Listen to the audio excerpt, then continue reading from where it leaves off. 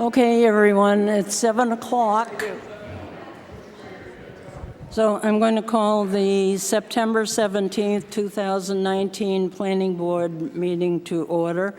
My name is Kathy Barnard. I'm the chairman of the Planning Board.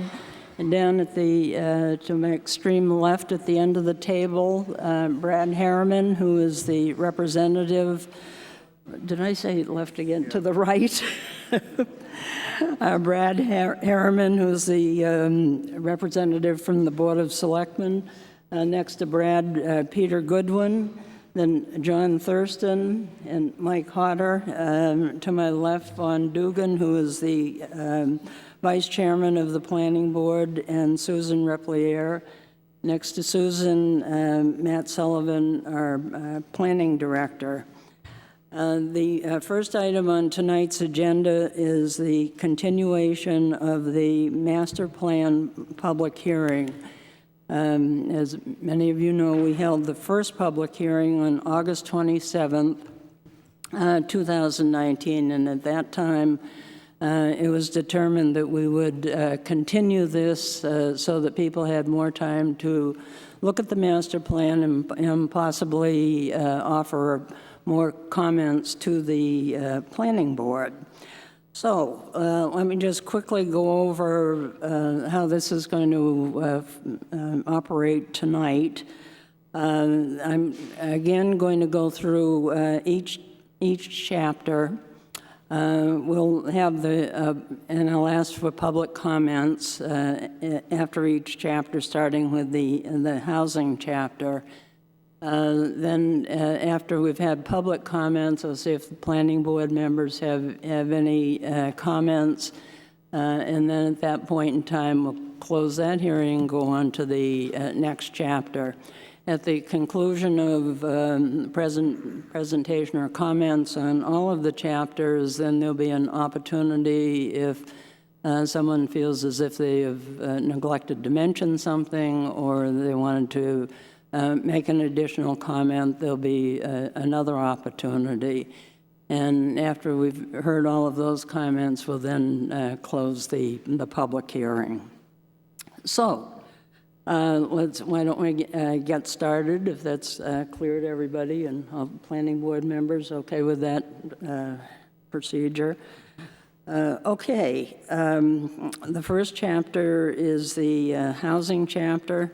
And basically, at the last meeting, we heard comments about the loss of affordable rentals, concerns about Airbnbs. Since then, the Planning Board has received some additional emails and information.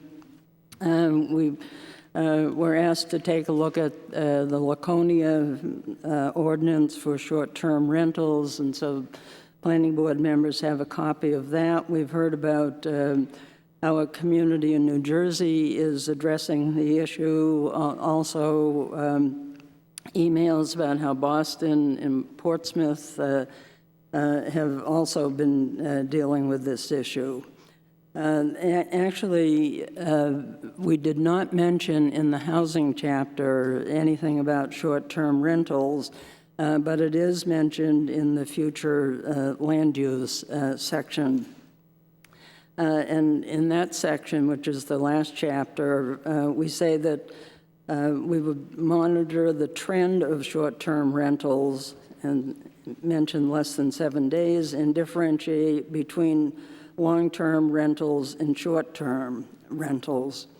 Another item that we received yesterday was an email from one of the committee members for the housing chapter of the master plan, Rich Massey. He was unable to be here.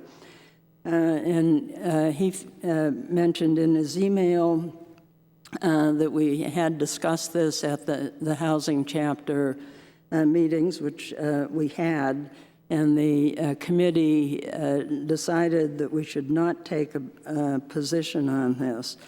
Rich Massey said that he feels that, and he felt that he was in the minority on the committee, and he feels that we do need to deal with the issue because of the overcapacity of properties and some of the issues that we heard about at the first public hearing.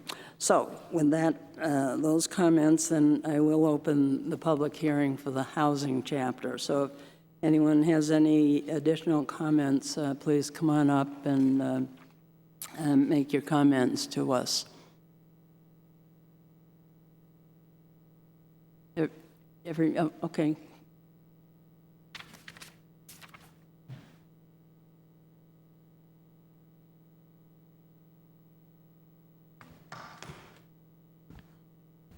Suzanne Ryan. You address within your housing chapter, I think it's on page 30, you reference the conservation subdivision, readdressing that. It would be nice if someone could elaborate what that would mean, the pros and cons of that. Happy to expand on that.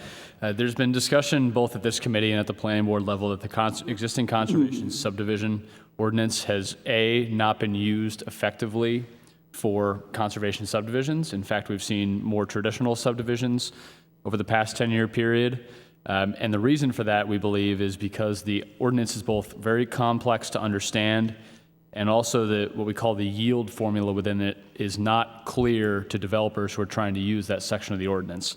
So our belief is that by potentially simplifying the ordinance, not necessarily changing the density within it, but reviewing how the density is presented, it would yield more productive conservation subdivisions, whereas we've seen traditional subdivisions over the past 10-year period. Does that answer your question, Suzanne? Thank you. The other item, it might be of interest to people here that you have pie charts and charts about growth, and I'm not that proficient with that, but it appears that the growth has been relatively slow in the last 10 years. Would you care to go a little bit over the charts in here about the growth? Sure. I have a reason to get into that as we go later on into the topic. Okay, yeah, I think that Ms. Ryan is absolutely correct. Population growth as a whole has been relatively stagnant in the community of Wolfeboro over the last 10-year period. You've also heard that statewide we've seen a similar trend, and on the school enrollment side of things, it's actually resulted in a decline in school enrollment across the state. Wolfeboro has seen similar trends and has only recently started to see an uptick and a stagnation there. I would note, though, however, one of the missing factors that we don't account for in the plan is, although population has stagnated for year-round population, we aren't able to adequately track how the expansion of existing housing units and the seasonal or temporary population that typically resides within those has increased over the last 10-year period. And the way that's reflected is more through the building permitting side of things. We have seen more expansion of buildings from 2 bedrooms, for example, to 4 bedrooms than we have seen in pure permanent population growth. So what I'm getting at is that I think it's difficult to capture through census population figures just how the community has grown when it comes to more conversion to year-round dwelling units and more occupancy of those dwelling units in some of the off-seasons. So again, I think that this population figure, although it shows stagnation, there's another piece to that story that we can't really flush out without another analysis of just how seasonal and visitor population impacts our population here. Suzanne, I hope that answered your question.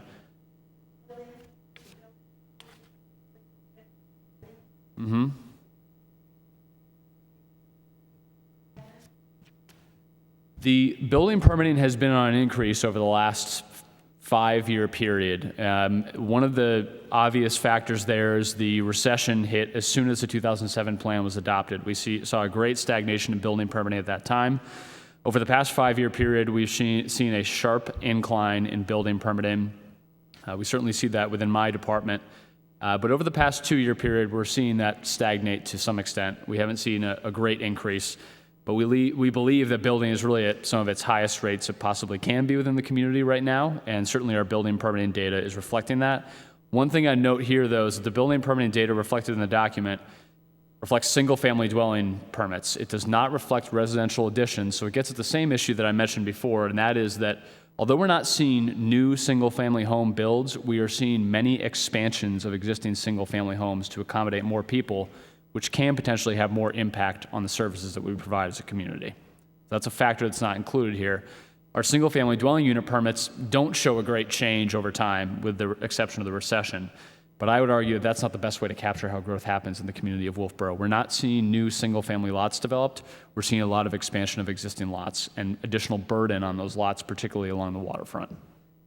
And let me just add that we will be doing a population chapter, but we didn't want to include it now because the census will be done in 2020.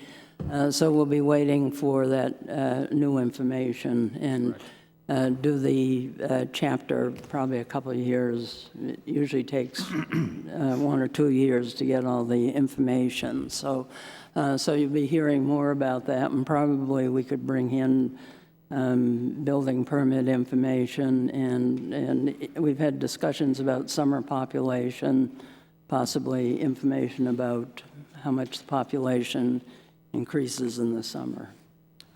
Okay, any other member of the public on housing? Hi, my name is Cindy Fournier. I spoke at the first meeting, and I've just done a little bit more research on my own, and having known a few people in town. Stagnation of population here in Wolfeboro, just from my own personal knowledge. I know of 5 families, small, young families in this community. 3 of those families have had to relocate out of Wolfeboro because they could not find affordable housing and continue to work in this community. The other 2 are still trying to seek housing in this community, to no avail that they can find anything that's affordable for a young family. A young family, meaning a husband and a wife, or parents of 2 or 3 children. With 2 incomes, it's quite difficult to rent something for $1,800 a month, which seems to be about the norm to house someone at that capacity. I also know of 3 single people looking for rental properties here in the area. Once again, just like in my own particular case that I talked about in the last meeting, I had 10 weeks, looked at 2 places, finally just settled for one, but these other people that I know are continuously looking, and now they're starting to look outside of Wolfeboro, relocating not only their jobs but also their residencies. I think it's a huge concern that we need to take a look at. I just plead with this committee to take a look at what's really going on. Why is school enrollment down? My own daughter is a perfect example of that. She had to move out of Wolfeboro, relocate her job and her entire family to Hillsborough, New Hampshire in order to find affordable housing, took her children out of this school district just to survive. So I think it's a concern that we need to take a look at, is where's our affordable housing in Wolfeboro and where is it going? And when we talk about building permits, on these building permits, when we're talking expansion, what are those building permits doing? Are they taking single family homes, adding to them, chopping up the bedrooms to make Airbnbs? There's a couple of homes right here in Wolfeboro. One of them houses 15 people on any given time as a short-term rental. Another one of 12 can occupy 12 guests in one single family home. It's a huge concern, and I think it's something that we really need to look at as far as regulation. I think Laconia has some wonderful ideas about this. Portsmouth, I have friends here with me tonight that will probably bring that up later on in the meeting today. So, thank you. Okay, thank you. Other comments from members of the public? Okay, planning board members, do you have any comments on housing you wanted to make at this point? Regarding short-term rentals, Madam Chairman, we have a recommendation in the future land use to consider short-term rentals of 7 days or less. I'd like to recommend that we remove that 7-day figure because that excludes from the consideration short-term rentals of 8 days or 9 days or 10 days. Laconia's ordinance addresses short-term rentals up to 184 days, and the state Senate Bill SB 69 is thinking of 185 days. I'd rather not have our consideration locked into a smaller number. If we remove that, the reference to 7 days in our recommendation, we're still considering short-term rentals, but we're not limiting ourselves to only those of 7 days or less. Okay, thank you. When we come to the future land use chapter, if that's where you want to entertain it, if you'll remind me, I'll make a motion to that effect. Okay, all right, okay, thank you. Any other housing comments? Okay, then I'll... Got one. Oh, I'm sorry, John. Good evening, people. Thank you for coming tonight. I know this is a tough subject for everybody to understand, but the news article that was given out from Laconia to give us a report on their Airbnbs also has a section in there where the codes officer and the police, the fire chief will inspect all Airbnbs. And I have to ask you, shouldn't they be inspecting all rental properties? And at that point, really, shouldn't they be inspecting all properties? Because all properties could be rental properties. So you see where this slippery slope gets tougher and tougher down the line for us to diagnose. It's not an easy fix. And it's just one of the examples that we're going to have to wrestle with, because if you want to regulate one, you have to look at the people that don't have regulation that are kind of doing the same thing on the side. Thank you. Okay, thanks, John. Can I make a motion? Sorry, go ahead. So I think it's important because we don't know what form these different kind of rental properties or other people's use properties are, that we don't use the word Airbnb, because tomorrow it may be go live somewhere else. You know, who knows what the new name is? So we should just refer to it as, short-term lodging or something like that. Okay, all right, good point. I just note, in the Laconia's ordinance, which I find somewhat troubling in places, they do request the fire chief to inspect their short-term rental units, and John's concern about slippery slope is taken.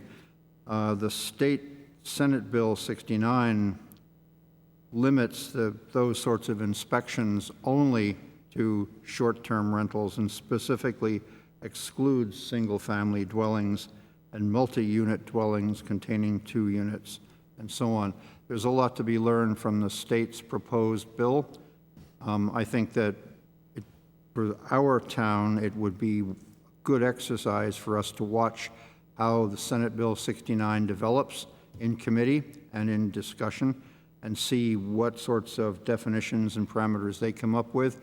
And if that bill does become law, that will trump anything that Wolfeboro writes. And we should not, I think, be rushing into an ordinance on short-term rentals until we know the direction the state is going to be taking. The same way we did with accessory dwelling units. When that was running through the State House, we were waiting to see what they had to say. And when they came out with their ordinance, their statute, we adapted ours to meet theirs, and so therefore it's incontestable in state law. I think that's the safest way to go. Okay, thank you. Thank you, ma'am. Okay, I'll close the public hearing on the housing and move on to natural resources. At our last public hearing, we did have a comment about the need for a water quality manager, and there were recommendations in the natural resources chapter and in the future land use chapter about protecting the quality of our water, and a number of recommendations. And then there was also a priority for sufficient enforcement of the Shoreland Water Quality Protection Act by adding a staff water resources engineer. So there was, I think, quite a few really positive, good comments about protecting our water quality. So, but I'll open the public hearing on natural resources if someone wants to make some comments. on that chapter? I'm Barbara Wood. I live at 41 Taylor Drive. I'd like to say you've been talking a lot about Filter Bed Road, but I haven't heard anybody talk about the wonderful resource we have there and the water situation. We have a large pond on Filter Bed Road that is fed from the north and the west, and it drains directly into the back bay. So if you're considering adding additional businesses and things that will cause runoff, that is an issue you need to look at, because that pond is a natural resource. And nobody seems to know it's there, but it is. So, Okay, thank you.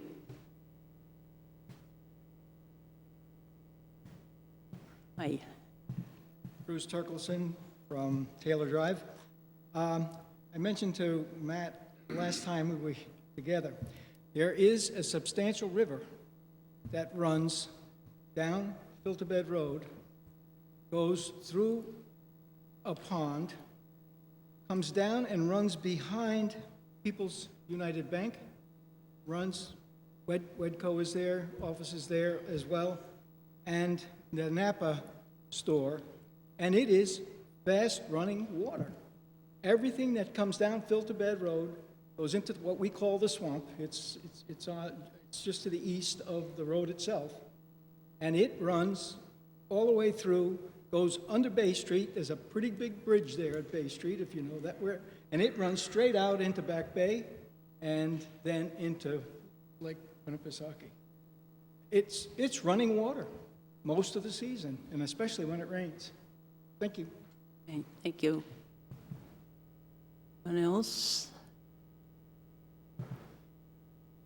just like to make an additional comment. I think that you have a lot of land up there, and it's close to town, and it would make a great recreation area. People always go up under the electric line right now. They walk their dogs. They do all sorts of things up there. It's access to Abenaki from behind the electric road.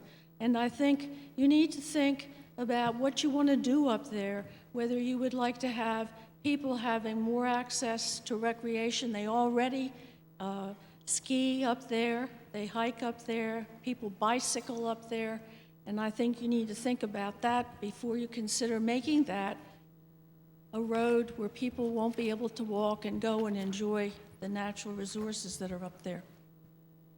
Thank you. Okay, no other public comment. Planning board members, anyone want to comment on natural resources chapter? Okay, then I'll close the public hearing on natural resources and go on to economic development. During the last public hearing, that's where comments were brought up about Filter Bed Road extension. However, the Filter Bed Road extension was not actually in the economic development chapter instead, but it is in two other chapters. It's in the transportation chapter and the future land use chapter. But we did hear many comments about safety issues with the extension of Filter Bed Road, and also received another email from a resident who lives in the Friend Street area who was wanted to remind us of all the congestion and safety issues in that area. And planning board members have a copy of that email. The other issue that was brought up was about lodging and the number of rooms, and there is a recommendation in the economic development chapter that says, building on a prior study, consider the need for more lodging facilities and facilities with more rooms to provide more options for tourists. And this was discussed at the last meeting. Mike, I think you wanted to comment on Yeah, this thank you. issue? If I may, Madam Chairman, I think it's appropriate that I comment now before you open the public hearing on Okay. this chapter. In the Economic Development chapter on page 57, under Hospitality Opportunities, recommendation number 2, the text reads currently, as our chairman noted in part, building on a prior study, consider the need for more lodging facilities and lodging facilities with more rooms than are presently permitted by the zoning ordinance in order to provide more options for tourists. I just draw the public's attention, and I've already drawn the planning board's attention to the fact that the planning board held a hearing, we called it the Lodging Forum, on this very issue back in November of 2017. We invited all the hotel owners and the motel owners and the inn owners in town to come and talk to us about what was important to them in running their business, what zoning obstacles were in the way to them running the business or expanding the business, what were the issues that were important. And we specifically asked them to consider whether raising the room limit on inns from 50 to an unlimited or to a higher number was an important factor in their business plans for the future. And we listened to the hotel and lodging owners for about 2 hours or so, and we heard during that time only negative comments regarding raising the room number on hotels and inns in town. We heard 3 individual members of the forum tell us that it would put them out of business if they did that. We heard, on the other hand, a number of issues raised by hotel owners that we were unaware of. Principal one being, not regarding zoning, the inability to find good help when needed. Very tough to find good help on that level in the hotel industry in town. The issue that they did bring up regarding zoning was the fact that many, if not all, of the hotels, and the planner will have to correct me if I'm wrong, are non-conforming uses in town. So if they want to expand, they can only expand up to 25% of their current size. They have zoning obstacles towards expansion, and they asked us specifically if we would address that issue. Now, what I'd like to propose is, looking at the recommendation in the Hospitality and Opportunities recommendation of this section, to alter the language of recommendation number 2 to not only include that particular concern, which we basically addressed already, but to open it up to all concerns regarding zoning by using the following language. Consider the need for more lodging facilities, that's identical to the previous language, and the effects of current zoning ordinances, all zoning ordinances, not just the 150 bed limit, on existing and future lodging facilities in order to provide more options for tourists. So rather than confine the recommendation to one suggestion, which we've already heard rejected by the hotel owners, which the planning board voted unanimously not to adopt, and which, when we put on the ballot, the town voted not to adopt, to include in that recommendation issues of zoning which were not raised originally but are important to our hotel owners, namely how they can run their business while they are considered to be non-conforming uses as far as zoning is concerned, with all the limitations that go along with that classification. So my motion would be to replace the wording of recommendation number 2 with the following, quote, consider the need for more lodging facilities and the effects of current zoning ordinances on existing and future lodging facilities in order to provide more options for tourists, unquote. Just say more lodging options, I beg your pardon?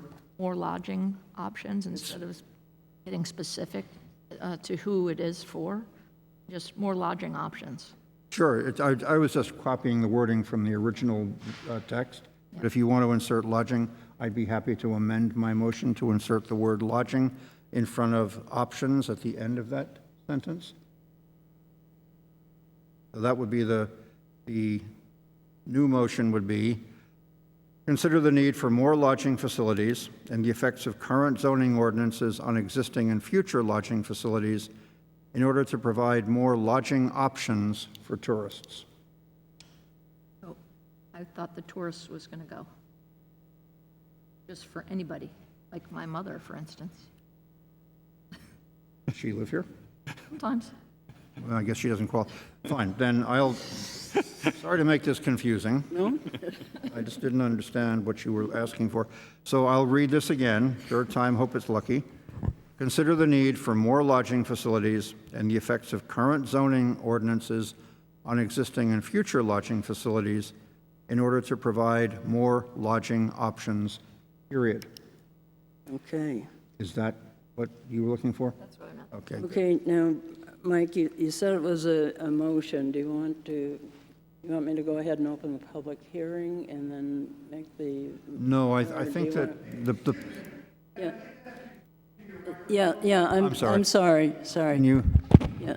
Are you, I don't think we should hold a public hearing on the motion. This is a motion before the planning board Okay, to alter a planning board document. okay, If the motion passes, then that becomes part of the text that the public hearing will be considering. yeah, okay, all right. I have a question okay. that, Matt, I think you can answer, is that there is the thought that that there are a number of the present motels in town that are non-conforming. That's correct. Can you explain that situation? Absolutely. So many of the in-hotel motel uses within the community existed prior to the current zoning, or zoning was modified at a later time after they were permitted uses. Therefore, as they exist today, they are what we refer to as non-conforming uses. They're grandfathered, meaning that they don't have the same latitude when it comes to expansion, signage, and other matters on the property. And again, that's simply because many of these existed such a long time ago that the zoning was either put in place after they existed or it was modified at a later time. So they certainly have a different level of restriction on them than, for example, an inn that's in a zoning district that allows for inns to be in existence. Thank you. So my motion would allow for Okay, does anybody want remedy to to, that. Thank you, ma'am. anyone want to second? the Second motion? Mike's motion.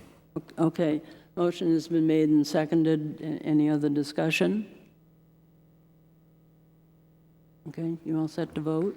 Okay, all in favor of Mike's motion, please say aye. Aye. Opposed?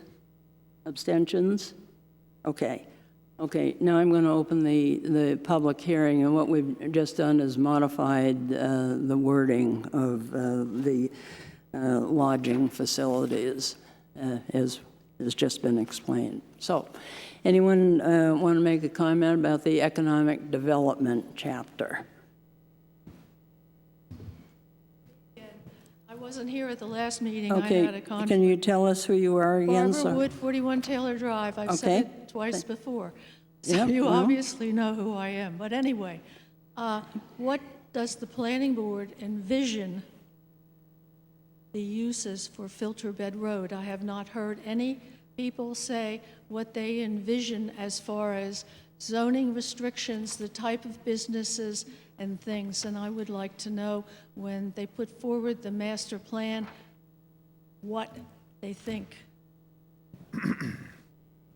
Okay, well, there isn't anything specific in the economic development chapter about Filter Bed Road. Well, I'm just wondering whether there would be restrictions on the type of businesses, would be open to heavy construction, to large-scale warehouse buildings with lots of trucks and things.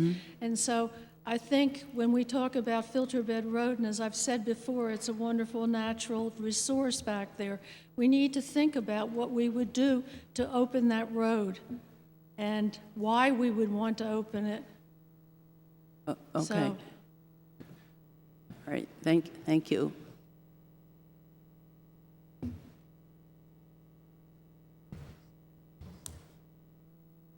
Okay, economic development. So can somebody explain what's gained or lost by the amendment that's been voted? Are you thereby eliminating the restriction on the number? Or are you broadening the allowance of, I don't understand what gained by changing the language. I don't want to speak for Mike, but I think what we're doing is we're broadening the language that was in there, recognizing that the 50-room limit is not the only thing that is impacting our existing hoteliers in town. That there are other things, such as the existing nonconformities, that are greater constraints on their ability to develop. Can I Yes? chime in? Yes. What the amendment does is it includes all zoning considerations that the hotel industry, the hospitality industry in town feels to be impediments to their future growth and therefore the economic health of the town. Some individuals felt that the cap on the number of beds in a hotel was restrictive to growth. Hotel owners didn't seem to feel that way. They had other concerns. The way the recommendation was worded, it addressed only the 50-bed limit. What I did was to open it up, as Matt said, to include potentially not only that, if the town wants to go there, but also the issues that the hotel owners raised in November of 17, specifically, I'm a non-conforming use and I can't expand the way I'd like to, or I don't have the right to do signs without going for a variance the way I'd like to.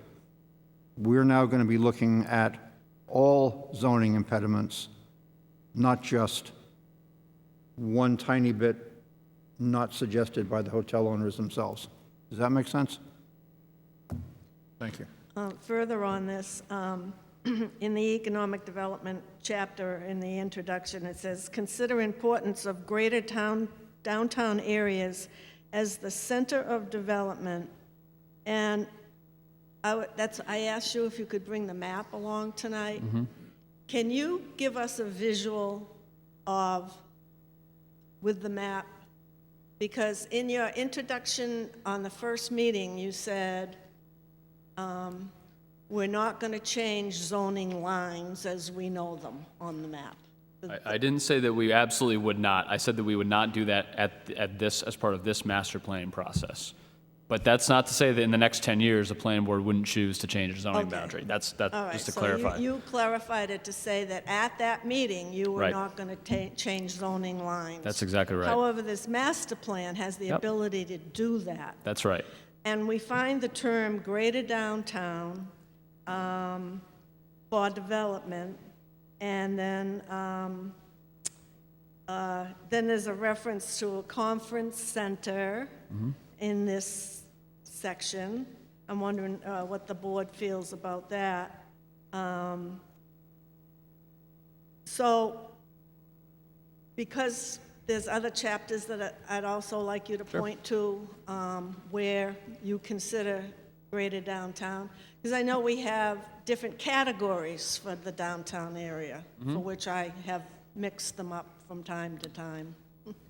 If the board would like, I'd be happy to do The that. Economic Development Committee wanted to be very specific about what we call the greater downtown area.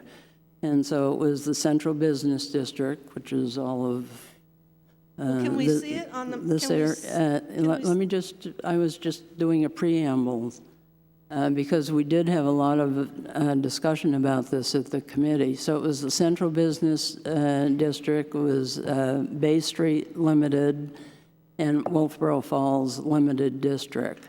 And that was where the committee, the majority of the committee felt that most commercial development should take place. And that really came back from when we talked about the Center Street rezoning, where some of the discussion during that discussion quite a few years ago was that people really wanted to keep the development of retail and commercial in this greater downtown area. So we tried to define it, and now Matt can show it to you on the map. Brief show and tell. I apologize for not using the microphone. And what you'll see very quickly is that because of the scale of Wolfeboro, it's challenging to describe what the greater downtown is. And the reason for that is that ignoring this portion over here, this is the community of Wolfeboro, our lower density zones are out here in this white area, in the residential agricultural district. Our green areas, there are a few zones there, our village residential, rural residential, general residential, and residential zone, and short-term residential. Those are variable density residential zones.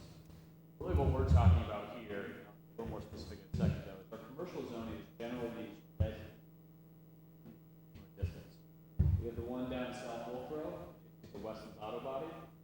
We have the greater downtown, that's by a second. We have the Pine Hill Road Development District, out Pine Hill Road to Burke Business Park. Refer to the greater downtown master plan. What we're really referring to is the Bay Street Limited Business District, which follows Bay Street. The Wolfeboro Falls Limited Business District, which is along Center Street near Clark Plaza. And out. And then also the C1 CBD, our central business district, which is really our downtown area, and is bounded on North Main Street, close to the Wolfeboro Inn, and on South Main Street. That's really the bound of the greater downtown, and you'll see that as we emphasize in the economic development chapter, that it generally forms a loop around the Back Bay area, the gap is this green section along Elm Street right here, and that's one of the recommendations. That generally describes the town greater downtown. Falls. Okay, and then you asked about the conference center.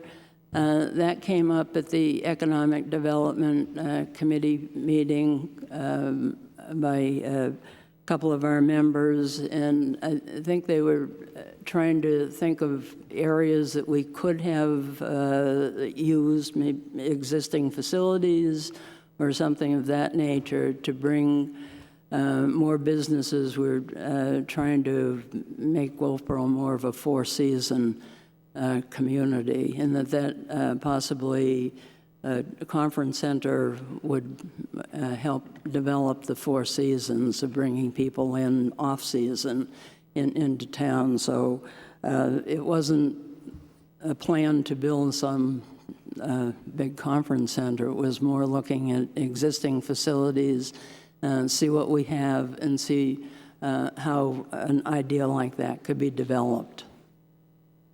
And so, Well, perhaps the language could have been a little clearer in that it wouldn't be this big, large-scale conference center with a 100-room motel. I mean, it could be misinterpreted that way. Perhaps we should go for study and determine a possible location for conference use. Well, I understand that, but yeah. at committee meetings, the discussion goes around, and it doesn't always make it to the written page what was discussed and on their minds and what they were thinking of and how to get there. So Okay. I'm cautious. I'm cautious about this one. But Okay. then just one last thing on page 57 at the top, under recommendations.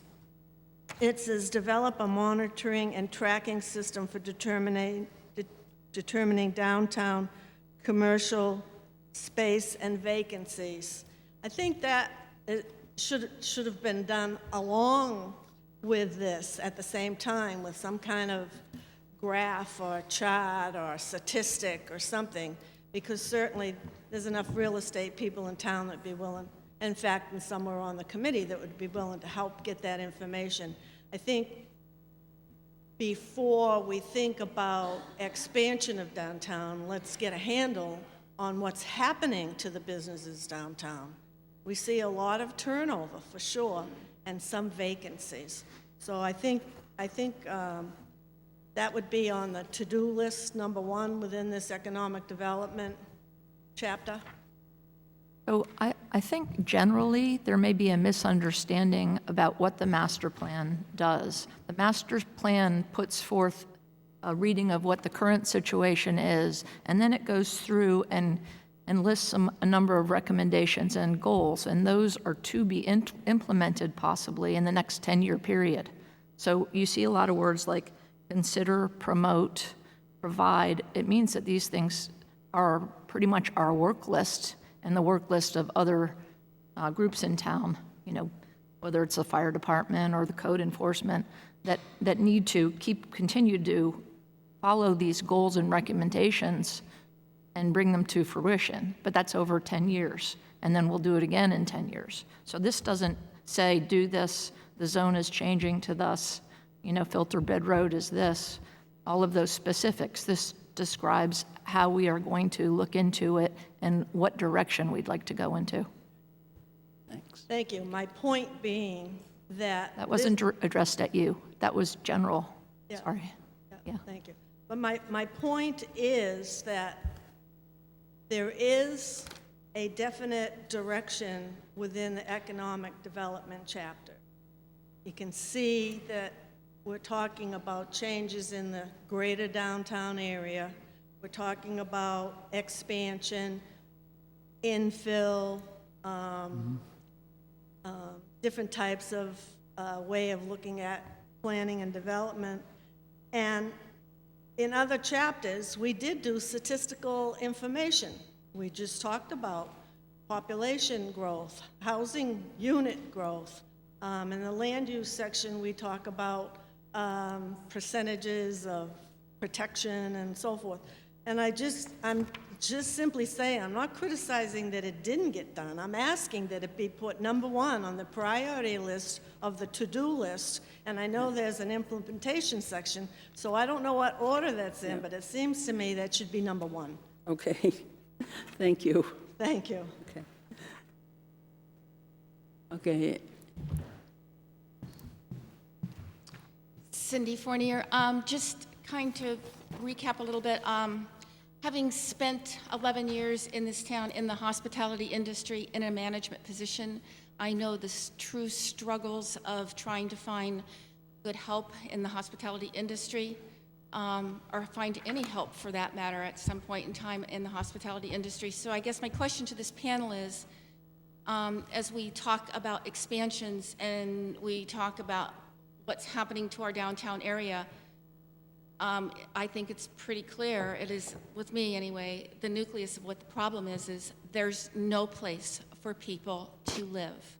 So they're not going to travel up 28 or anywhere else for an extreme amount of time to get to work to make $12, $13, $14, $15 an hour and live someplace else. I think our main focus should be, what are we going to do to have places for these people to live so that they can work and live in our community? Thank you. Okay. Thank you.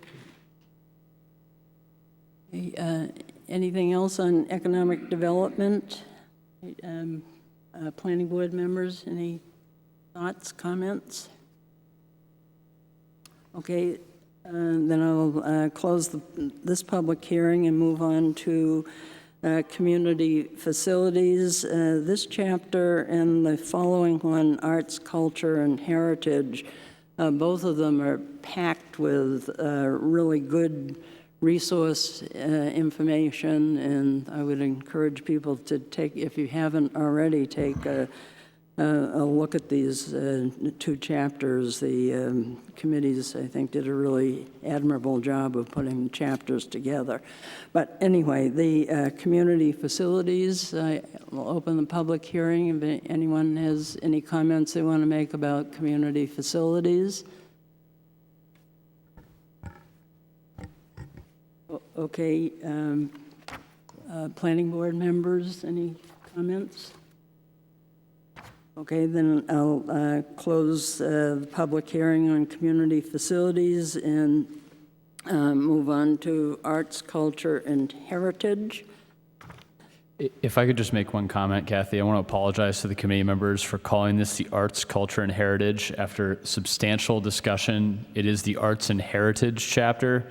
I've mislabeled it, so just please accept my apology for that. It is Arts and Heritage, not Arts, Culture, and Heritage. Okay. Sorry about that. All right, well, thanks, Matt. Anything else? No public comments. Planning board members? Anything further? Okay. I'll close the, sorry, Ann. To jump up and down to get my attention, I guess. Ann Blodgett, member of the Arts and Heritage Commission. Thank you for going back to what we originated as. I wanted, in terms of the comments about the conference center, I wanted people to note in the Arts and Heritage chapter that there are venues cited which are perfect locations for conferences in many cases, and somehow the conference center comment recommendation, it would be brilliant if it cross-referenced with the Arts and Heritage facilities and venues segment, which we did a lot of work on. In terms of cross-referencing, I think if there were cross-references in the final document where there were similar comments or coordinating comments, it would be really helpful for future reference. For instance, in many places, we talk about the same thing, but there's no reference to the other chapters.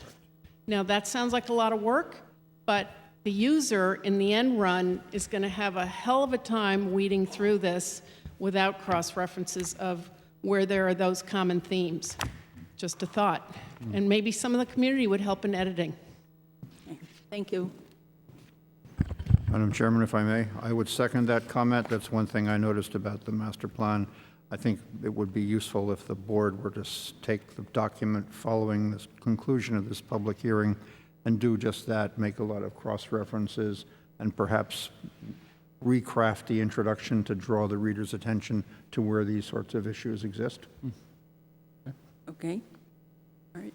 So do you mean in the form of C page number 37? Or whatever the form it takes. We should all talk about it and see how we all feel about it. But it's a good document. What it doesn't have currently is an overview, Okay. in my opinion. Okay. Oh, sorry. My name is Winona Blake, and I live on Filterbed Road. In all of the concerns we've had and discussed about Filterbed Road, what I realized when I'm reading tonight is that there's no place in the plan that I can see for a senior center, which we desperately need here in Wolfeboro. Am I missing it in the plan? I believe it is referenced in the community In the facilities. community chart. facilities. That's what Mike is looking for right If now. I can, Winona, And Mike, I would refer to the recommendation number because she may have a copy of the implementation plan, not the full plan itself. well, there's a problem with the well, actually, maybe there is not a problem with the implementation plan. My copy of the implementation plan for community facilities does not list responsible parties or priorities. I think I gave you a list of them. I did not make that amendment. Well, that'll eventually get in. Yes, there is a recommendation for a community center. Okay. It's number, Oh, it's under the community center? yeah, it's in the community facilities chapter. Recommendation number 11 states, establish a new multi-age community center with emphasis on senior needs. Beautiful. So it's in there. Okay, thank you very much. You're welcome. Okay. Thank you. Okay, then I'm going to close the public hearing on the Arts and Heritage chapter. Did I get the name right? And move on to transportation and infrastructure. And this is one of the chapters that talks about developing a plan that would interconnect town roads, including the extension of filter bed between Varney and Pine Hill. And we did hear a number of comments, and also this evening we've heard comments about safety issues and impact on the environment and things of that nature. So anyone like to make any comments about the transportation and infrastructure chapter?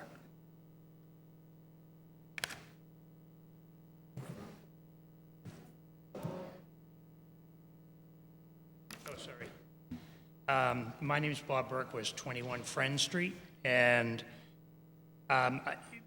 putting the extension of filter bed in a transportation, talking about it with transportation because it may help the downtown traffic problem, I don't think is accurate. We have a dead-end street on filter bed now. I'm sure that Goodhue Hawkins has all the permits and whatever it is. But they also have what I think is a valet service where they bring boats from filter bed and launch them over at their facility. And from Friday afternoon until Sunday night, there are boats going up Friend Street, down Friend Street, and they fly up Friend Street and down Friend Street. Now, there are runners, there are bicyclists, there are track teams that practice on that hill, there are regular pedestrians on there, and it's only a matter of time when something tragic happens. And that's with a dead-end street. If you open that up for transportation, first of all, everybody knows how to get around the traffic in town. You go 109A to Bay, to Varney, to Friend, and you're around it. The people that come to Wolfeboro want to come to Wolfeboro. We did. They want to be here, so they want to get downtown. Now, the traffic starts up past the high school, goes up past the inn on Main, and it's all because of pedestrians and parking. People moving from parking spaces, people trying to get into parking spaces, cars stopping every 20 feet because somebody wants to cross, and that's wonderful. You need to do that for the public. But until we get a handle on traffic flow through town, you can have as many roads as you want to heading out to 109A, and it's not going to change a thing.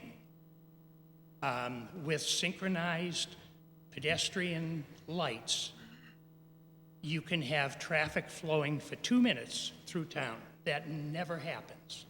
And then pedestrians cross for a minute. And then 2 more minutes of traffic would alleviate a lot of things. I mean, there are a lot of creative ways that you can take care of that problem. Filter bed is not one of them. Thank you. Thank you. Barbara Wood, 41 Taylor Drive. Again, I say, what do you envision on Filter Bed Road? You're going to build another exit into town from the north, from up in Tuftonboro, where these people now drive 2 more blocks to Bay Street. So suddenly, you're going to have people coming down 2 ways into town. Do we really need it? And the other question is, what do you want on Filter Bed Road? Do you want business, big business? Do you want natural resources that people can use, parks and things? Or what do you want? And it's up to you to decide whether you want to open that up or not, because I don't think it's a good idea. I walk that road every morning from the back gate of Taylor Community, down around by the bank, back up Bay Street.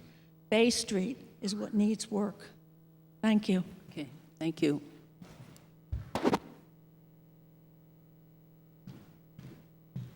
Hi, Patty Cook, North Main Street. Do you consider lighting under infrastructure? Sorry, I can't figure out. I know where this is going. Yes, you do. Yeah. I think And you can. Yeah, I think you can. Yes. Yeah, I think Is it that's infrastructure? Yeah. Number one, I guess my concern is it already a fait accompli, but the bright white LED lighting that we're transitioning to rapidly here in town, I've watched every street light work its way through Main Street now, and yet if you look down by the train station, and it's the nice warm light that the town was known for, but Kate Park is now bright, but the dock side is warm light. So unfortunately, the majority has shifted to the bright white, but LED lighting is available in a soft, more attractive lighting. And I don't know how the decision got made or why we've continued that path. I think it's disappointing. Okay, Okay. thank you. I guess my point about the master plan is, unfortunately, the cow's out of the barn. So I don't love the fact that we're having the discussion related to the master plan, which I consider futures and a guidebook. But I guess, I feel it should be somewhere in the master plan, and I'm not clear where. And then number two, maybe I'll come to a planning board meeting in general to talk about lighting. So. Okay, thank you. Okay, anyone else? Yeah, go ahead.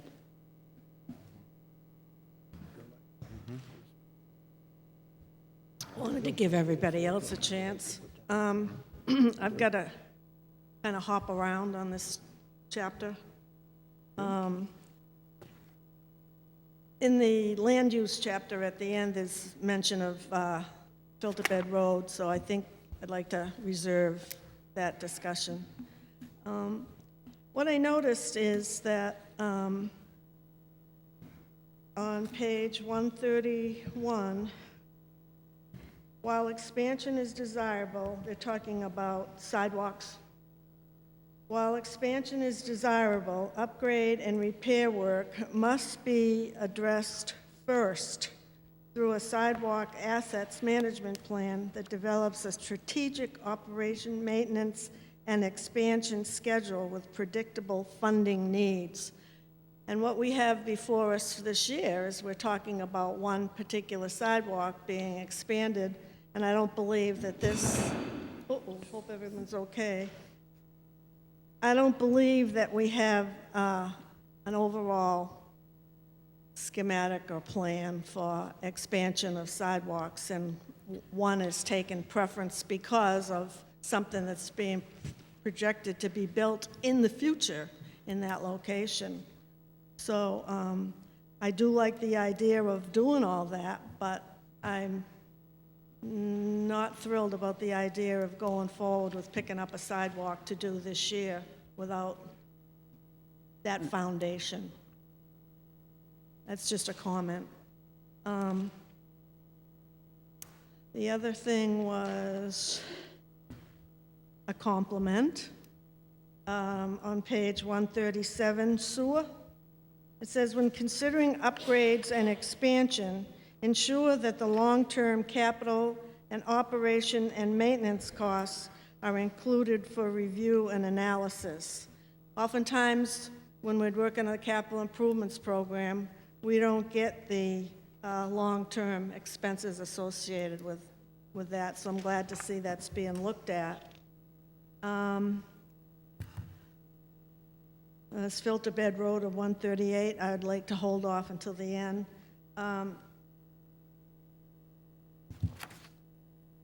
Explore operation for potential expansion of wastewater collection. That's a good one, too. I'm glad to see that. And continue to utilize a sewer rate schedule that ensures annual operation and maintenance costs are recouped from users. I'm wondering if that's a mistake.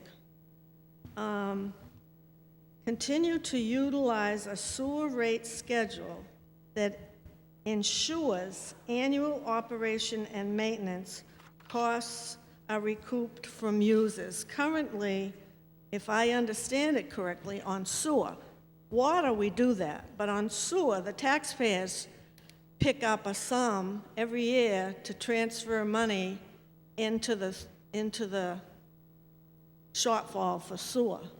That and or, I always get this mixed up. Operation is paid for by the sewer user, maintenance is paid for by the taxpayers. I think I got it right that time. And I believe that's correct because when we first started having the discussion about what to do with the failing spray fields, there were many of us at several public hearings on that saying, well, wait a minute, you're asking us to pick up the tab for this whole thing when in fact we have septic in half the town and we have to pay considerable. So now we're paying, as I understand it currently, we're paying for the maintenance of the sewer operation. My understanding is that sewer rates are used to fund operations and maintenance costs. And the goal is for long term to ensure that that's the case. To focus, because we do not want users to be covering, or we do not want taxpayers to be covering the O&M costs associated with the provision of sewer services. So it's just ensuring that our long-term rates actually make sure that that can happen, because we expect that operations and maintenance costs will change. We need to make sure that our rate is designed accordingly to make sure that we have enough money to do that. I think we need to talk about this more, because we transfer money into, I forget the technical term for it, but we're transferring money out of into, so. Okay, good. We could talk about it more, certainly.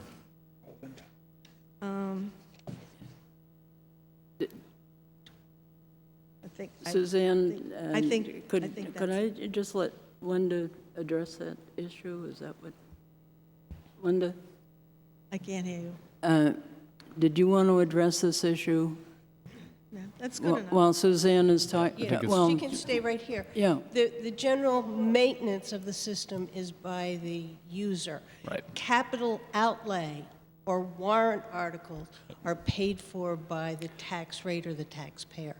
So if we have to do some general maintenance in the sewer, that's the operation. But the capital outlay, which is the bigger items in the back of the budget, or a warrant article, those are picked up by the taxpayer. Okay. Okay, thank you. So- Thanks. Yeah, okay, then we'll take a look at it then. Yeah, the existing language is continue to utilize a sewer rate structure or sewer rate schedule that ensures annual operating and maintenance costs are recouped from users. That language was intentional at the committee level. I guess we could discuss a revision at a later time, but I believe that's exactly what the committee had intended. Okay. Brad, is that an accurate reflection of the conversation?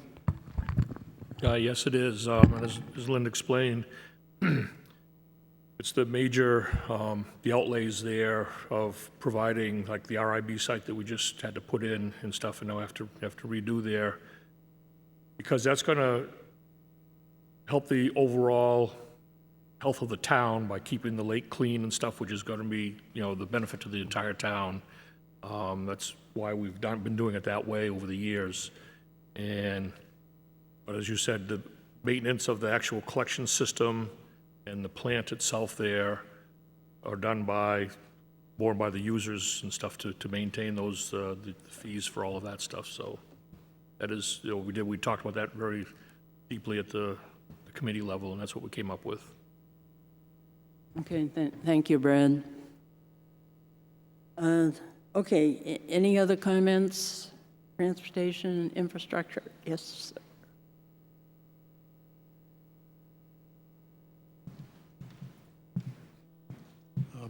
Mal Blodgett, Pleasant Valley Road. Just wanted to address, there's been some talk about workforce housing and the affordable nature of housing for our workforce people. As a former owner of rental property, I've seen the water sewer rates climb for many years to the point where they exceed many times the heating bill for a residence. And this obviously affects the workforce housing affordability. So I think at some point, the master plan should address the fact that water and sewer rates may get to the point where it's intolerable for the 1,000 or so ratepayers. Thank you. Okay, thank you. Okay, planning board members, any comments at this point on transportation and infrastructure? I have a comment that when I look through the recommendations, many of they start off with explore or consider or whatever, and these are rather generalized terms. And I guess what I'm saying is that the end result of what the planning board does is not necessarily related to any of those. In the same way that when I go into a restaurant, there's a menu, and I consider many, many options, but I only opt on one. And so therefore, to say that you're going to consider something doesn't mean that it's going to happen. And the process to arrive at that decision ends up being associated with public hearings, much more discussion by the planning board, and so therefore, just because it happens to be something to consider in the master plan doesn't mean that it's going to become a reality. And I think that that's something that important that we need to realize. And we might also say that there are things which may come up next year which the planning board and the town feel we need to act on that weren't in the master plan, but we're going to act on them. And so therefore, you know, the master plan is a very good goal, it's an idea, but it is not what's going to happen. It's a process. So on that note, Thank you, Peter. Can I add to this and bring up something that may be giving us heartache here on page 138, the recommendation specifically about extension of Filter Bed Road, extension of Railroad Avenue. I think we should say explore the. Sounds like a fait accompli. It is not. So I think we should have the words explore the extension. So under that recommendation, you're basically saying where it says develop a plan to lay out, you would say explore layout of a future? Yeah, yep. I would not use, It sounds very hard. I would avoid using the word layout too, because that's a technical term. That's a technical term, Yeah, yeah, it right. is. Remove layout, okay. Okay, I'd like to make a motion that we add explore the to both of those recommendation bullet points under number 1. Actually, no, it's not. It's page 138, top of the page, number 1. So would you remove the preceding language, develop a plan to lay out? No, I think I'd leave that. Leave that and then add explore onto the Yeah. bullets below? explore the development. It Explore a doesn't future conclude. road network. Explore a future road network that would interconnect, Yes. rather than develop a plan to lay out, which sort of sounds dispositive almost. Okay, I think that is a board decision. I don't feel that that substantially changes the recommendation, but I think it does soften it a bit and gives us more flexibility, but I think it's up to the board.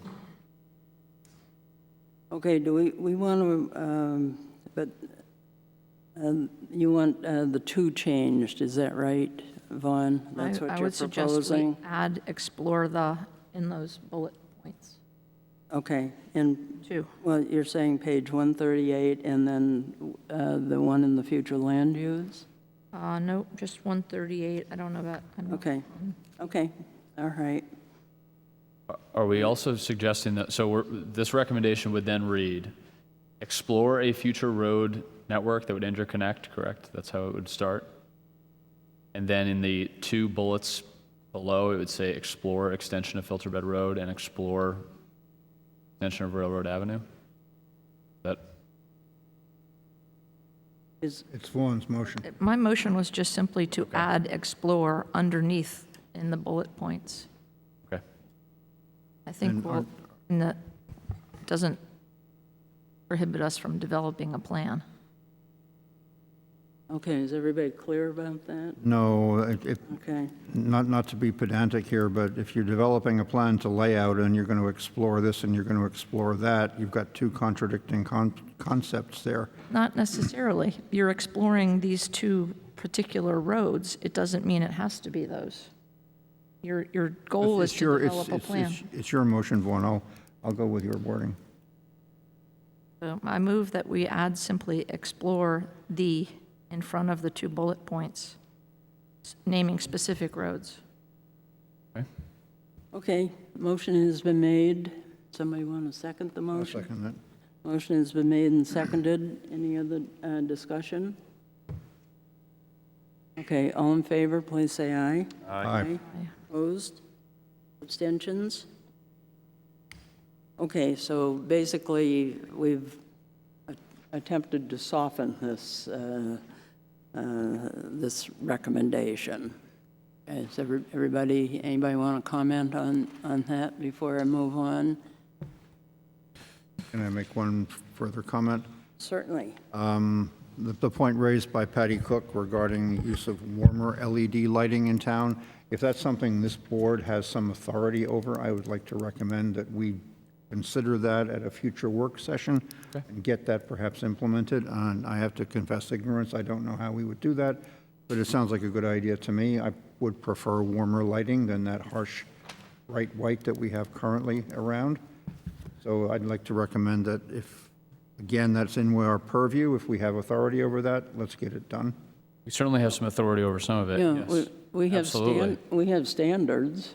Yeah, but our standards do not reflect the warm light standard. That's one I think we should look at. Let's do that then. Okay. Would that be for commercial and residential?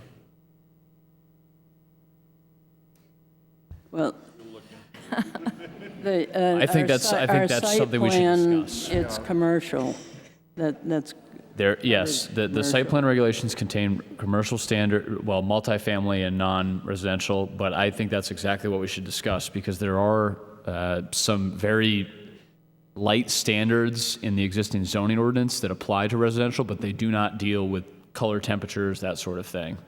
So it might just be worth looking at that language to see what it says as well, but I think that's a good question, whether both need to be amended. Yeah, and we can run a public hearing on the issue and get the input from the public as well, because they'll be the ones who will be putting these lights in. So from what I'm hearing, so if your neighbor over there has a bright light, then you're going to be able to call the planning department and have them both figure it out? Is that what you're saying? No. I'm not suggesting we go in that direction, but I think we should talk about it for exactly the reason you're asking, John.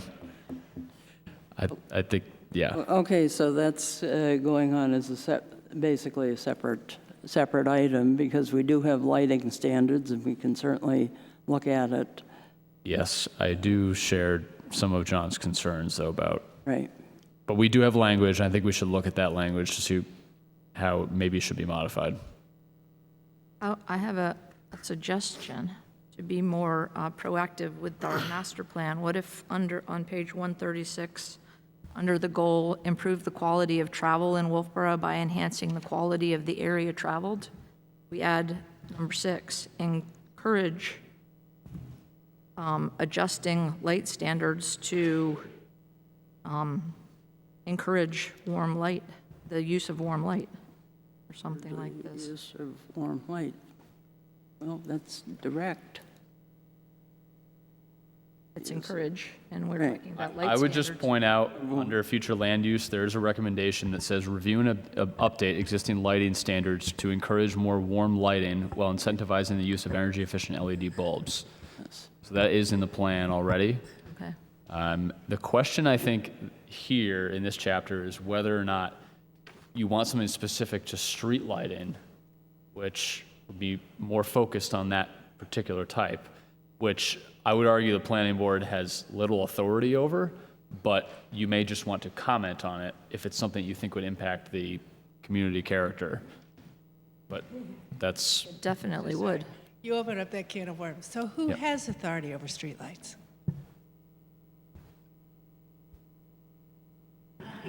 I just drove through and I cannot remember what town it was. I would argue, and I think I'm hearing Paul, and I'm looking and seeing Paul raise his hands.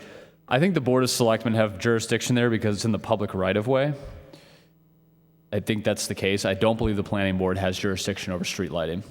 Because I will give you one example Yeah. Years ago that I tortured Rob Hausman about. Okay. Was that they redid the lighting at Kate Park and Dockside. And they did the warmer lighting at Dockside, and then the lights went at Kate Park, and they were the bright white LED. And the warmer light LED is as cost-effective now as the bright white. But anyway, when I asked him about it, he said he had control over Dockside, but the rec department is who oversaw Kate Park, and he did not have say. And I don't mean to misquote him, but and I think at the time it struck me as odd because I walk right there and there's there is some truth to that statement. So what I'm speaking to is only actual legal jurisdiction, but you're right that there are certain departmental jurisdictions that exist that we'd probably have to talk about for exactly the reason that you're saying, Patty. So there are 2 towns that I know of that have managed to succeed in this, and I will do some homework if I can to find out how they were able to do it, because they have in fact gotten their lighting under control. Okay, Paul. Paul O'Brien. I think we own it in the public right of way. Right. I don't know whether there is a lighting requirement by the state or the feds in terms of what the lumens and what the color needs to be. We can look at that. I think we own it for Parks and Rec. I mean, Park and Rec could can point to some other people, but ultimately we own that. Exactly. We'll take whatever recommendations and guidance you have. One thing you did do a few years ago, which I thought was actually pretty smart, is Huggins Hospital came before this planning board with a proposal for some lighting. And if you recall, that lighting was LED, and it's pretty cool temperature lighting, but the way in which those lights were purchased, they had beam forming, so they didn't spray, laterally. They focused the light down in a very tight path, and that may be something again that we could look at for the town. But I think we own it as the Board of Selectmen. Okay. Thanks. Thank you. Thank you. Yeah.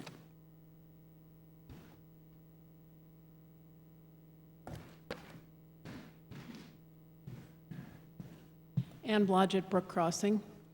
So the lighting Pandora's box is open. Where are we on dark sky compliance? I just sent Matt, New Hampshire DES, dark sky overview. I came from a community in Massachusetts where the planning board was on dark sky, everything they did, residential, everything. And so I think I've asked the question before. I'm curious what the latest answer is. So I wouldn't say it's the latest answer, but the ordinance is oriented around dark sky compliance. One of the things that we get complaints about frequently are downtown locations and light trespass under other properties. The way that our zoning is designed in the downtown, it is challenging to achieve full dark sky compliance. And part of that is the street lighting program, quite frankly. We have lights that, as we look out into the parking lot right now, we are not dark sky compliant with some of our own lighting. That said, to the root of your question, we do require dark sky compliance for non-residential and multifamily uses, or those that are coming in for site plan review. Those standards do not apply to existing businesses and existing lighting, just by the nature of the zoning ordinance and the site plan review regulations. But our regulations are designed to get us towards dark sky compliance. So as I look out over the lake, I see unbelievable spotlights. Yep. And we have no... That's probably a question I'd like to get back to you on. I'm not sure the answer to that one, Ann. It's a really good question.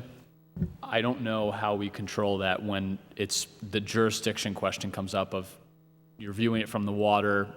Do we have jurisdiction to argue that that light is non-compliant? I would argue we might, but it's something I probably need to look into. Since this is more of an aspirational document that we're talking about rather than a plan, perhaps there should be inclusion of dark sky in there, since it seems like we aren't really there yet. And it's not a new concept. Thank you. Okay, thank you. Okay. Then I'm going to close the public hearing on transportation and infrastructure and go on to energy. This was a new chapter. I thought it's really a major step, I think, having this included in our master plan.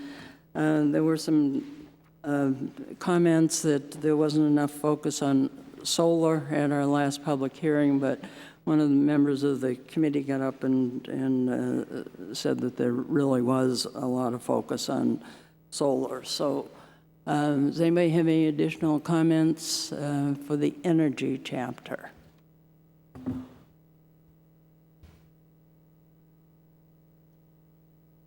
Hi, Chris Kaiser, Allen Road.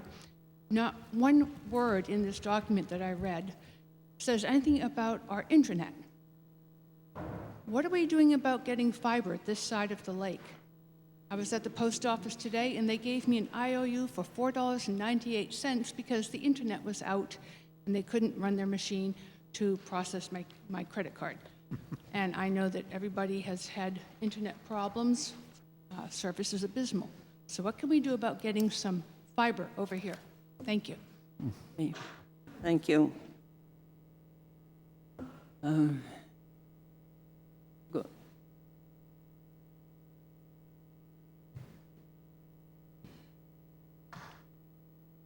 Under the energy chapter, I think it might be of interesting note to the public on page 158. There's a recommendation that the electric department prepare and deliver a smart grid plan. And out of that, there was talk about, a lot of talk, good talk about solar. And, but what came forth at the CIP meeting that I found interesting was that Mr. Muccio was saying about energy saved, and then the costs that potentially the electric rate would go up. And he threw out a number, I don't even remember what it was, but it's sort of like chasing your tail. You don't use as much energy, we're not buying as much energy, electric, and therefore he has to raise the rate. And I can't remember what the rate was, and it really doesn't matter because it will change whenever this all happens. But initially when it was first talked about and my neighbors started putting in solar, I asked them, I said, I've been thinking about this. The more we get solar, the less energy we buy. Is our rate going to be affected? He kind of laughed at me. He said, no. But now we're talking about moving towards, and I'm not saying it's a good thing or a bad thing, but we're moving towards trying to make the municipal facilities more solar reliant. And I just would like the public to hear what was said about that. And I don't know if you want to comment. Maybe you don't want to comment. I can try to comment, and I may ask Mr. O'Brien in the back to potentially support me on this a bit because he's been part of these conversations, and certainly other Energy Committee members in the room. What Barry's referring to is that there are two specific goals in here that are, and one I would argue, which is more based on community energy, are very aggressive when it comes to how the community meets its energy portfolio goals for renewable energy. Mr. Muccio has stated, I think, on the record that potentially moving towards renewable energy could drive costs up for existing ratepayers, depending on how the energy is purchased, how it's generated in the community. One of the things that he's working on right now, obviously, that deals with that is the existing net metering policy that he has for solar installations in the town. But Suzanne, to your point, you're absolutely right that Barry has expressed concern that should we become too independent in a sense, it could ultimately drive prices up for the existing ratepayers because some demand will still be there for existing capital infrastructure. I don't want to comment beyond that, but I would just say that your comment is correct, that concern has been expressed. Okay. Did you want to add? I put you on the spot, so. That's okay. Paul O'Brien again. So think of it this way. If we take into this town, we take in 70 million kilowatt hours of power every year. It comes right across the 390 line, which comes into our town. If you cut that number in half, you take 10% out of that number, whatever it is, then we're not going to take the poles down. That's right. We're not going to take the wires down. We still have that fixed cost that we have to somehow recover, maintain. And so, in a world in which you simply drop the demand on the municipal electric department, those fixed costs have to get recovered, and they get recovered by the ratepayer. Yep. Okay? So there's a balancing act that we have to deal with here so that we don't disrupt things. And we've had a very fertile conversation around the net metering policy. And we have a very aggressive goal inside of the master plan that you have in front of you of trying to get half of our electricity from renewable resources. Today we have 41 customers inside of our town who have solar panels. The amount of power they produce and they contribute back to the grid is about 3 digits to the right of the decimal point. It's minuscule, okay? We can, and we're going to try to do as much as we can to encourage solar adoption, but that's not going to get us to our half of our energy coming from renewable resources. So we have to find other ways to do that. Some other ways we can do that might be community solar. Some other ways we might be able to do that could be conserving. Some other ways we might be able to do that would be purchasing renewable energy credits right off the grid. All of those things are going to have costs. What Barry's trying to do, Mr. Muccio is trying to do in parallel with this, is to get his network as efficient as he possibly can. Get as much cost as he can out of his network. Make it smarter. Make it smarter. If he can make his network smarter, then he can actually buy more energy from those people that are producing it in our town. So it's going to be a balancing act, but the question for all of us, and we're probably going to do this, in front of the public, the question for all of us is, do we want to go down that path? And if we do, we need to understand, eyes wide open, what the costs of that transition are going to be. If I could just answer the question on the internet, on the 21st of August, I briefed the Board of Selectmen about the internet and what we're doing in the town, and I'll gladly send you the presentation, because I think there is good news about what's about to happen for us. We still have to depend on the planning board to get some things done in ordinances, which you guys are working on. But there is some good news about internet, wireless coverage, kind of fun stuff. Okay, I hope I answered your question. And I would just add one additional piece, and that is that Barry's existing capital program or Mr. Muccio's existing capital program is designed to do just that, and that's to make at least some cuts to the existing fixed capital costs, and that's through voltage conversion. So he is actively working on. Yeah, so Barry's going to spend $5 million over the next handful of years, and in part of doing that, he is actually going to be reducing the amount of energy loss that's coming across the network. So he's actually conserving energy by doing that. So you'll see him out, trimming trees and doing other things. But that $5 million of investment he's putting into the network is really designed to get us going towards having, a very smart energy future here. Okay? Thanks. Okay, thank you.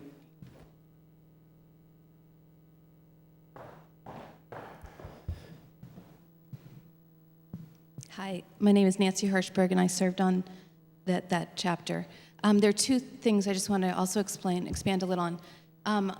The net metering that Paul was just explaining, the Energy Committee just supported Barry's proposal for the net metering that the solar users actually pick up that cost. So that's one thing. But the bigger issue here speaks to the whole question of what this is, the master plan. What we tried to do with that chapter was set a bold goal, not have a plan. Now we have to figure out how to do it. And I could tell you right now that in the next time Barry goes out to renegotiate the contract, he could buy 100% solar right now, but it would cost, he said it costs 2 cents more now. We wouldn't do that because that would be a crazy thing for the town to do. Because we're in this transition, the cost of solar and other renewables dropping, we really see the opportunity that I can't imagine a time when we would make a decision that would actually raise the price. Barry and I, go back and forth on this, but I really believe we're going to be doing this and reducing the costs on our electricity. And that's the wonderful thing about having our own MED, is that we can be a lot more flexible and move a lot faster and be a lot more creative. So as these technologies over the next couple of years with batteries and so forth, we already know communities that are saving a ton of money. And I'm not just talking about California, but northern communities like in Vermont and so forth. So we're really hoping this is going to reduce costs, and that's the spirit of the entire chapter. So, okay, thank you. Okay, planning board members. Okay, then close the public hearing on the energy chapter. Move on to future land use.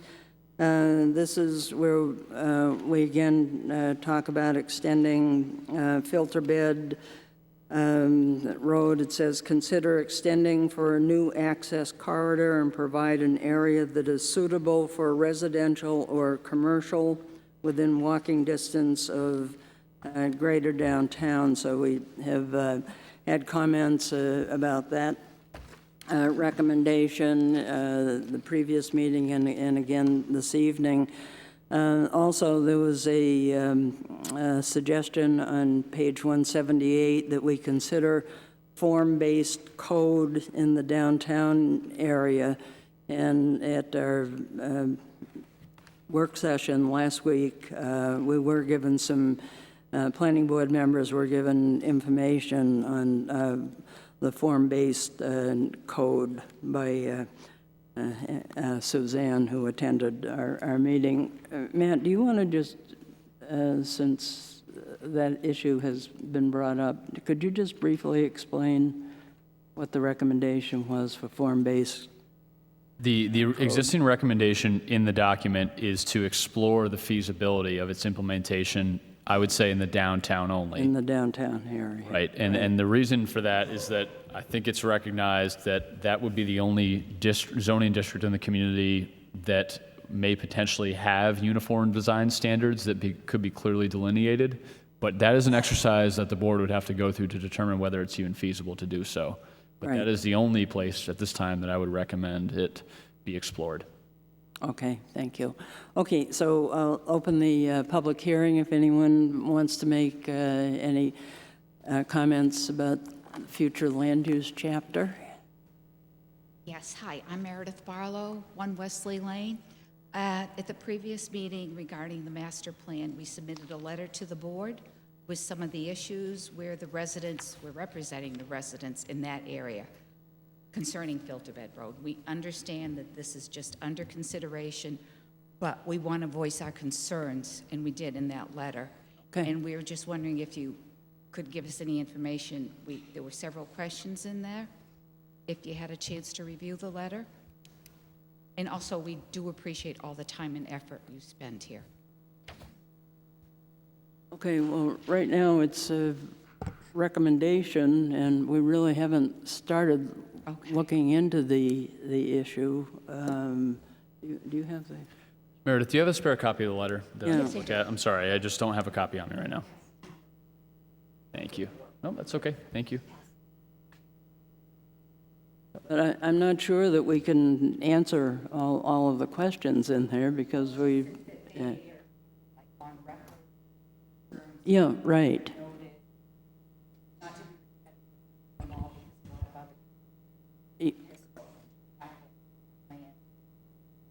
Right. Okay, well, those are all things that would have to be looked at. Will have to be discussed, we'd have to get information. And so but any more of a specific answer, I'm not sure that we could. Why don't I quickly walk through this and what I think can and can't be answered? So there are concerns about traffic, whether Friend Street is a narrow road, would it have to be widened? And my answers are going to be brief to these. We don't know at this time. We simply do not know whether Friend Street would have to be widened. And I think that's dependent upon what, if any, development takes place along Filterbed Road. Obviously, if you were to develop commercial, it may have a different type of demand when it comes to commercial vehicles versus residential homes, may have a very different trip generation count. And I'm not sure if those would facilitate widening Friend Street. Whether or not there would be reduced speed limits on sidewalks, an additional stop sign at the intersection of Filterbed Road, Varney Road, and Friend Street, and whether the use of Jake brakes could be prohibited. Certainly, I think that's something that the Board of Selectmen could consider if this project were to move forward, or perhaps even independently. And then the addition of a stop sign at the intersection of Filterbed, Varney, and Friend Street. I believe I've heard this concern before, and I would recommend if this is a more imminent issue that this concern be brought directly to the Board of Selectmen at this time rather than in the future. Question 3, currently the area is zoned residentially. Would this allow for a complete change in zoning? Obviously, there was a petition warrant article that was submitted to the Planning Board last year and voted on in 2019. that suggested the extension of the Pine Hill Road Development District, which is, I would very frankly say, the town's most intense commercial zone from the uses that are in it. I think great consideration and care would have to be paid attention to when it comes to determining what uses are appropriate there. And I would say that could not be done until adequate community outreach and visioning is done for that area. So no changes would be made without reaching out to and meeting with the residents of Filter Bed Road. Certainly that's how I think the board would approach it. That's how they've approached prior zoning changes. I think that would be consistent for this process as well, particularly because of the magnitude of it. And I would also note that potential layout would involve a hearing process of the Board of Selectmen as well, and potentially town meeting vote. So there's a substantial amount of public input and public hearing that needs to happen before any decision is made there. Just a note here that it does impact pedestrian and bicycle traffic. I think that's certainly true. We recognize that this section of Filter Bed Road does provide some connectivity, to a comment earlier, to some of the trails at Abenaki and other areas. I think we'd have to be careful in considering that when we look at this as a pathway in addition to a road. I think we want to be careful to provide for all modes of transportation, particularly when we're accessing other facilities from there. There's a comment about the clearing of the land for a road, who would pave it, and what about the wetlands? Any road layout or road construction would have to have consideration for natural resources.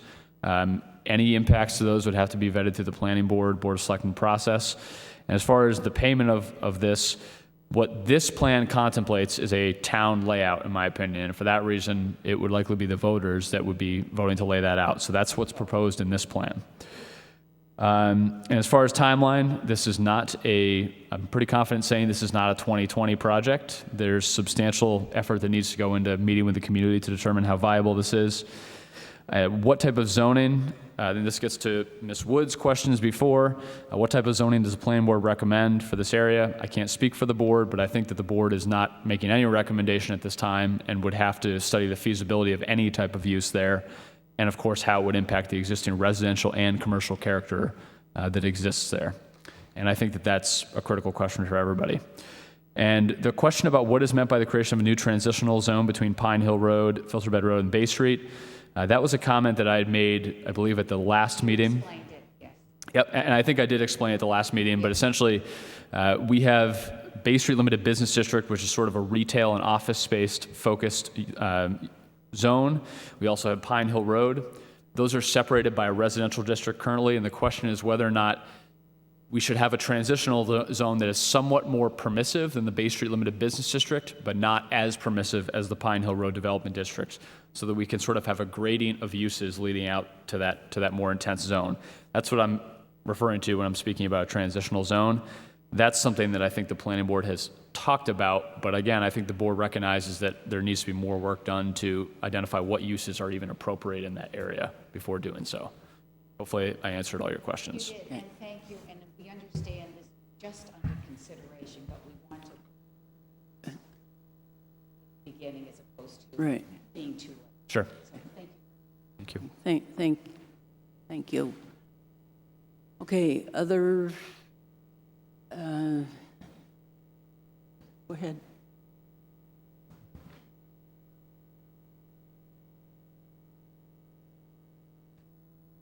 On your, to add to that, on your implementation chart, you have that as medium as far as priority. But nevertheless, I still would like to address it. You, on one of your previous chapters in transportation, you changed the language on that Pine Hill Road exploration to explore or consider rather than develop. So I would remind you that Filter Bed Road, the town only owns 0.160 of a mile. The rest of the road is dotted in on that map as a private road. It's not developed. We already have a loop around town. If we go, I don't know what to do with my map. If we go,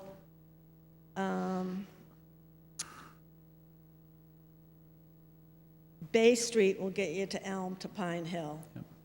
And you allude to the fact that you wanted to make it a walking route, but then another section you allude to the fact a through road, which would indicate for vehicles.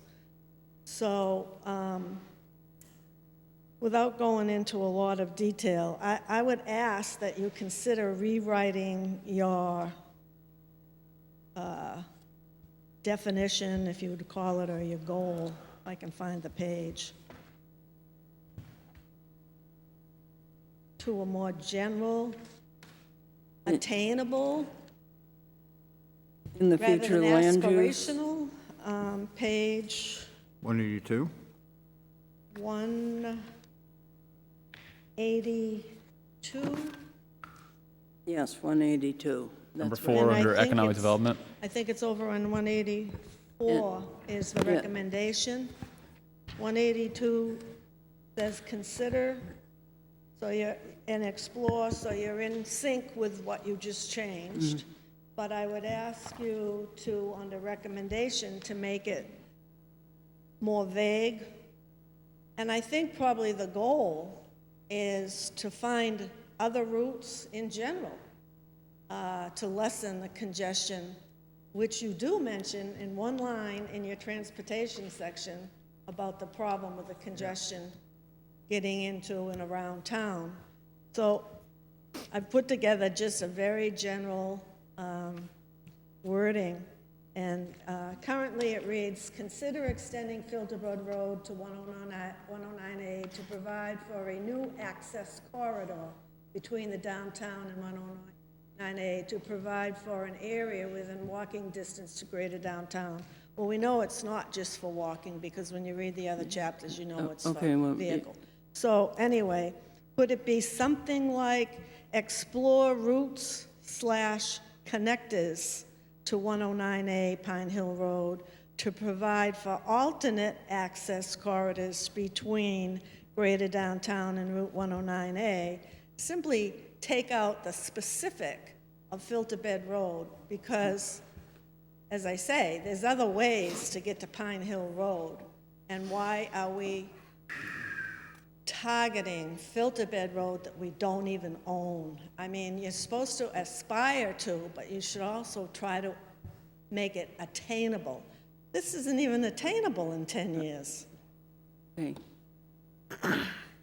So I would ask for the board's consideration. I don't know if you do that at your next workshop or something such as that. Okay, and then the other thing is, again, on form-based code. As you go through the chapters, you'll see reference to the mixed use and the transitional zone. And basically, it's working its way to form-based code. And I don't know where I am on it. I'm not trying to say I'm for it or against it, or I'm thinking you're right or wrong or anything like that. But I think it's further than just design, that the design is transitional. It also affects the use within that design.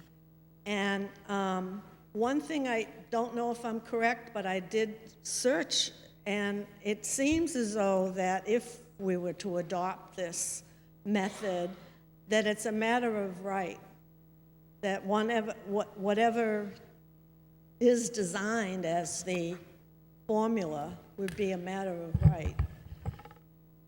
But I think that there's a general theme that, all right, first of all, let me back up. The survey that was done by UNH in 2011, 16? Or 16. 16. It's very clear from the people that answered the survey that, and I wish you had that up on the screen at your presentation, because it's a lot of good information. But people are more concerned about retaining the character, the open space, the preservation of scenic, preservation, of course, of the lakes, even more so than taxes. And then when you come down to not interested or somewhat, it really shows that they don't really want a lot of change. And I don't see change going out of town. But I caution, and maybe because I'm not getting a grip on it, but I caution that there will be, over time, within 10 years, very likely to be some regulation changes, and that it will stem from this mixed use and transitional zone and code-based. And I would just caution people, watch your newspaper, come to your public meetings with your planning board when they have public hearings, and let them know, because I'm pretty sure this document is pretty much gonna be adopted in its entirety, as it should be. A lot of work went into it. But it's beholden upon the people that live in the downtown core area to watch for public hearing notices that the planning board is required to hold. And, you know, they listened on Pine Hill Road, and they're looking at that again. I can only hope that they listen on Filter Bed Road, because to me, that's a go-nowhere project. Thank you. Thank you. Okay, anything else? Barbara Wood, 41 Taylor Drive. I haven't heard anything about access to the internet, computer. We all know in town there are dead spots. There are places where you're stuck with using one company for any kind of access, and I haven't seen anybody do anything to promote that. That's something that a lot of people want to work at home, and you may need more than one access. And I think, I haven't seen it in here, maybe I'm wrong, but that wasn't discussed at all, and that's something that's very important. Okay, thank you. Anyone else? I have a format question. So we went directly from, was it energy to future land use? And there's a whole nother chapter in my book anyway. No, that's existing land use. There were no recommendations. The existing land use, there are no recommendations. It's literally just data about our existing land use. There's no subjective content to it at all. Most other chapters start with an evaluation of existing conditions and then move toward the recommendation phase. So I wonder why this suddenly is broken into two. Right, it does seem kind of out of place. So we could consolidate it in title to land use, if that's something you'd like to, but keep the content the same. Is that what you're suggesting? Yeah. Okay. It's just confusing. That's Call it existing and future land use? That's fine. And we may have actually discussed it that way initially, and I may have broken it out. So if that is my fault, I apologize. But I think if we can combine it, everybody's okay with that. And It's just inconsistent with the way that we've Yes, done it. yes, it is, and it looks like it was just sort of plopped in the... Yep. Yeah, right, I agree. Okay, planning board comments on future land use? You mean existing and future? Existing and future land use. Okay, well, let me close the public hearing on this chapter and then go to any other comments that any member of the public might want to make on the master plan. If anyone feels we haven't covered something or wants to say something additional, now is the time to do that. Yep. Okay. Okay. General comment. I know we've had, at the future land use section, we had quite a discussion about and used this very important document, natural resource chapter. It's an inventory of the town's natural resources. It was done in 2011. The town spent considerable money to get it done by a professional. And I would like it to be mentioned, at least as a reference at the end of the master plan, as a I don't know, reference source, appendix. I know that Matt doesn't want to attach it because it's so many pages, but I hate to see it, I hate to see it get lost. It's very important. It and I was, think- it was a very I think good chapter. I would ask that all the members of the planning board, the zoning board, the conservation commission, any of you that don't have it, would Matt please see that you get it and reference it somehow in the back of your master plan? Thank you. Yeah, thank you. Matt, didn't the Natural Resources Committee, or Peter, ask for that to be referenced in the chapter? Yes, and it is referenced, but I think what Suzanne is looking for is something a little bit more, and I guess the question is, how do we do that? So Suzanne's right, I am sensitive to the fact that it's a very lengthy document, so how would you like to see it referenced within this? As simply an appendix, or? Put a paragraph inside a box and say, we have this, and this is what it does, and it's really good, and you should know about it. Something like that. Okay. Doesn't have to be extensive. It's a huge document. Can't include the whole thing. Just make a reference, draw people's attention specifically to it. Would you like that box in the natural resources section? Logically placed for it.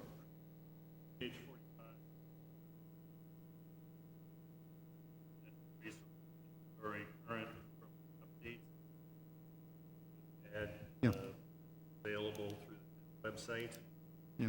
So on page Right. 45, Peter? Yeah. Right, and it has been on the town website, And yes, it is. It's right, there and now. still is, right. And you have a nice big chunk of blank space on 45 where you can stick a box paragraph. Okay. Good. Okay. Good.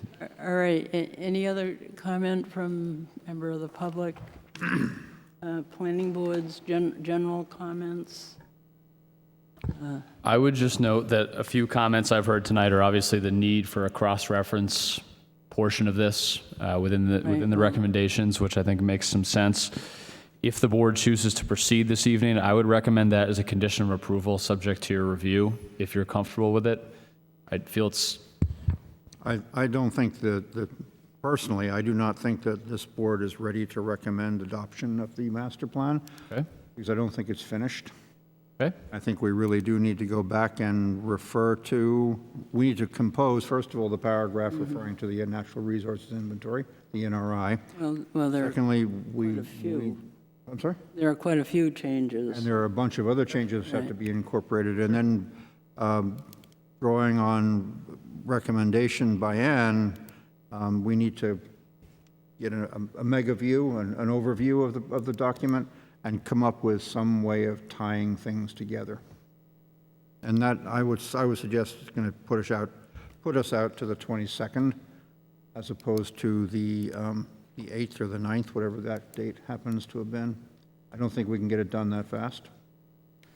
Right, yeah, well, we're going to close the public hearing now, and then it would, I mean, if that's all, if everyone is all set here, right, before I close it. Okay. I'm going to close the public hearing, and then the next step is for us to make a decision, and I totally agree with Mike. I think we would be hurrying it unnecessarily if we were to try and do it tonight or even at our next meeting. So I would propose, if everyone is okay, to make sure, we want to make sure that we get all the comments we've talked about in correctly. Mm-hmm. You want a motion? And so, yes, why don't you? I'd be happy to move that we continue the 2019 Town of Wolfeboro Master Plan public hearing to... No, the public hearing is closed. I'm sorry, we can... Okay. How would you want me to word this in? Defer adoption, thank you. Right. Defer adoption of the 2019 Master Plan pending further study to October 22. Okay. Is that That okay with everyone? not coherent, but it covers what I want to say? Matt, does, It does, and at the meeting on the 22nd, will you be reviewing a new iteration of the document, or would you like to discuss the cross-references prior to them being placed in the document? I think on the 22nd, we should be looking at a new document and seeing whether it's fit to submit to the public one more time, if that's necessary, or not. No, I think I think we would then need to adopt it. Then it's fit for adoption. Right. Okay. Yeah. Seconded the sentiments expressed. Well, to discuss. Thank you, Vaughn. Defer adoption of the master plan until October 22nd, 2019. Okay, motion is. 7 p.m. here in the Great Hall. Thank you. 7 p.m. in the Great Hall. Make it proper. Okay, motion has been made and seconded. All in favor, please say aye. Aye. Opposed? Abstentions? Okay, folks, thank you very much for your patience and all of your input and the thought you put into your comments. You made it within 1 minute to spare.